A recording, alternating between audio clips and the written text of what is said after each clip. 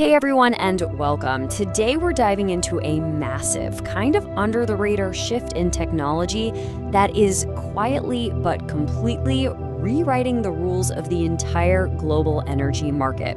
We are talking about a major breakthrough from CATL, the world's largest battery manufacturer, that is set to just revolutionize how we power our vehicles, our cities, and honestly, our future. $10. Just let that number sink in for a second. For over a decade, the entire electric vehicle industry has been desperately chasing this holy grail target of $100 per kilowatt hour. Because that's the magic number, right? That's where EVs finally reach price parity with gas cars. But recently, this shocking claim emerged that new technology could eventually drive battery costs down to as low as $10 per kilowatt hour. I mean, that is literally like going from paying for a luxury car to buying a bicycle.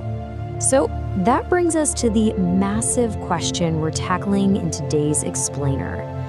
Is the lithium era actually already over?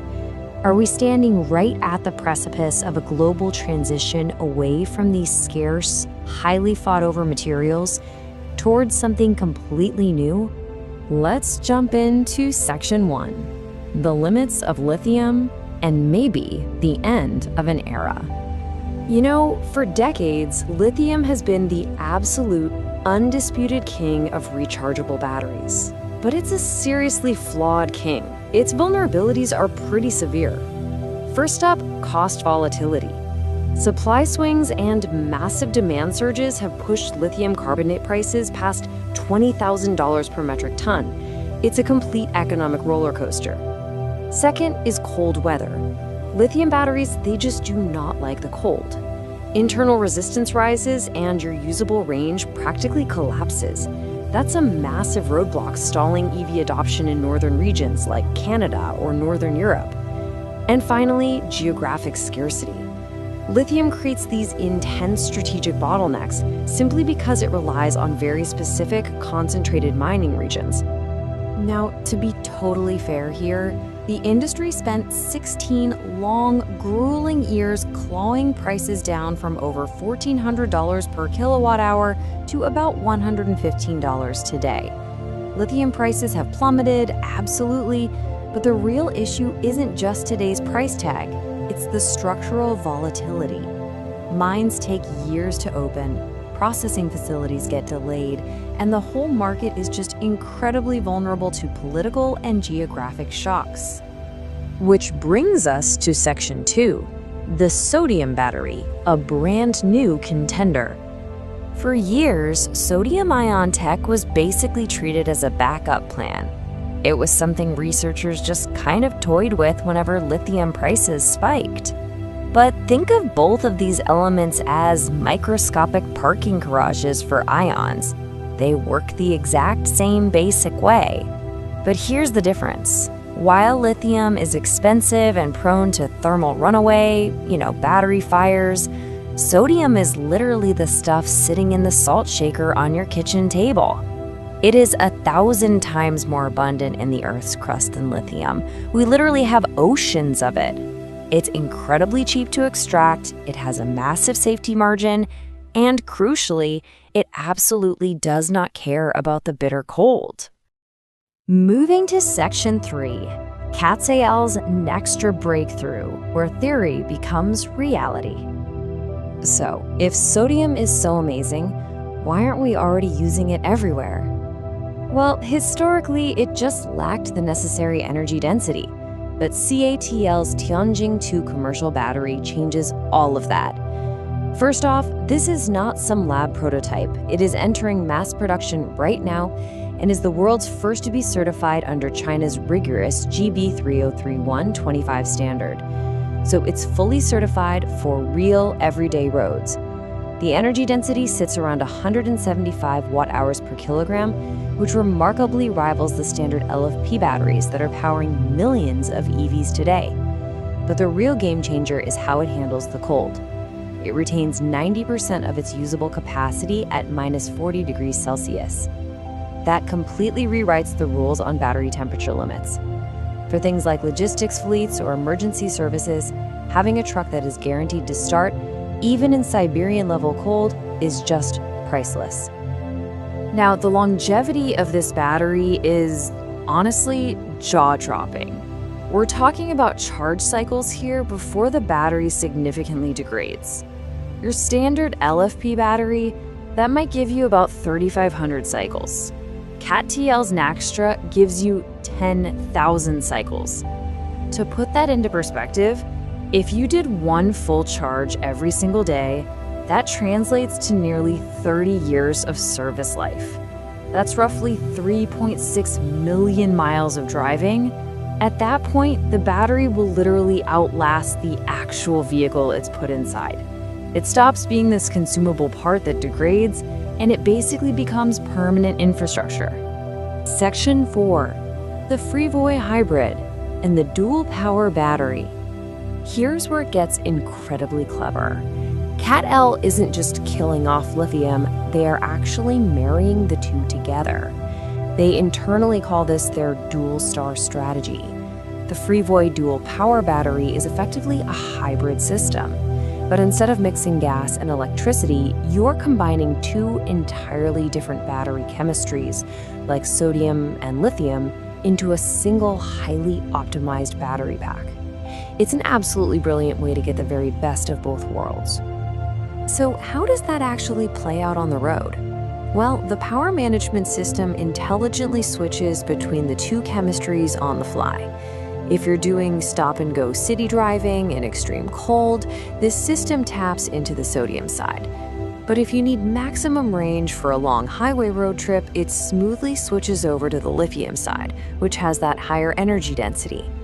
Even cooler, the system actually uses the sodium side as a baseline benchmark to constantly calibrate the lithium charge level.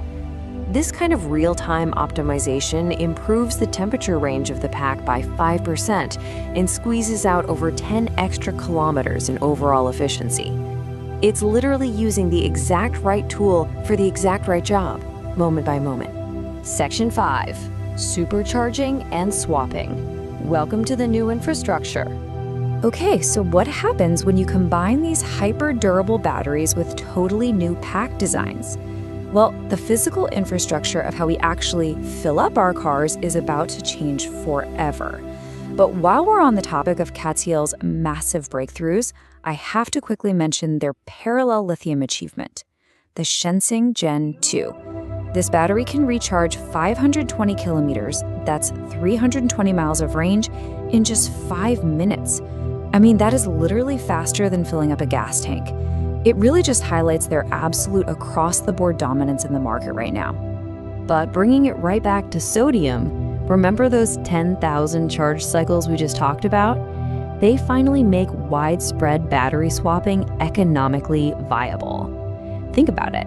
Battery swapping really only makes financial sense if the packs can survive thousands of shallow, rapid charge cycles without degrading. Sodium fits that bill perfectly. CATL is rolling out these swapping stations that fit in the exact footprint of a standard gas station. They hold 14 standardized swappable battery blocks. And get this, they can swap out your depleted battery for a fully charged one in just 100 seconds. You literally just pull in, the old battery drops out, a new one slides in, and boom, you are back on the road. Section 6, winning the energy war and the global shift. Because this isn't just some technical milestone, it represents a complete seismic shift in global economics and geopolitics. Currently, China controls a massive 60% of the entire global sodium-ion battery production capacity. While the rest of the world is basically building small pilot-driven production facilities, China is industrializing this tech at a scale that no one else can even match right now. They have this entirely integrated ecosystem, raw material processing, cell manufacturing, pack assembly, all happening in these tightly clustered regions.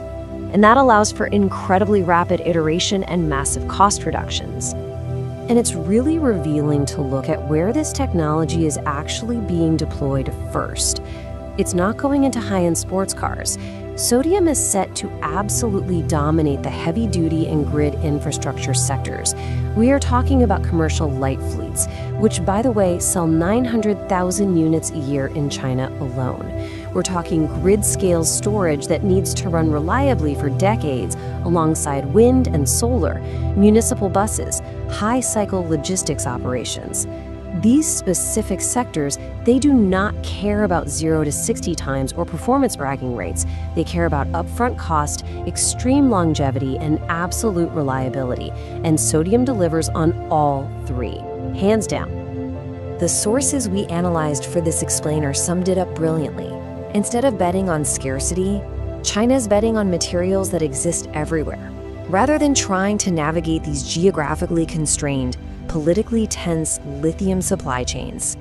This shift makes the backbone of global electrification a material that is abundant, incredibly cheap, and honestly, politically boring.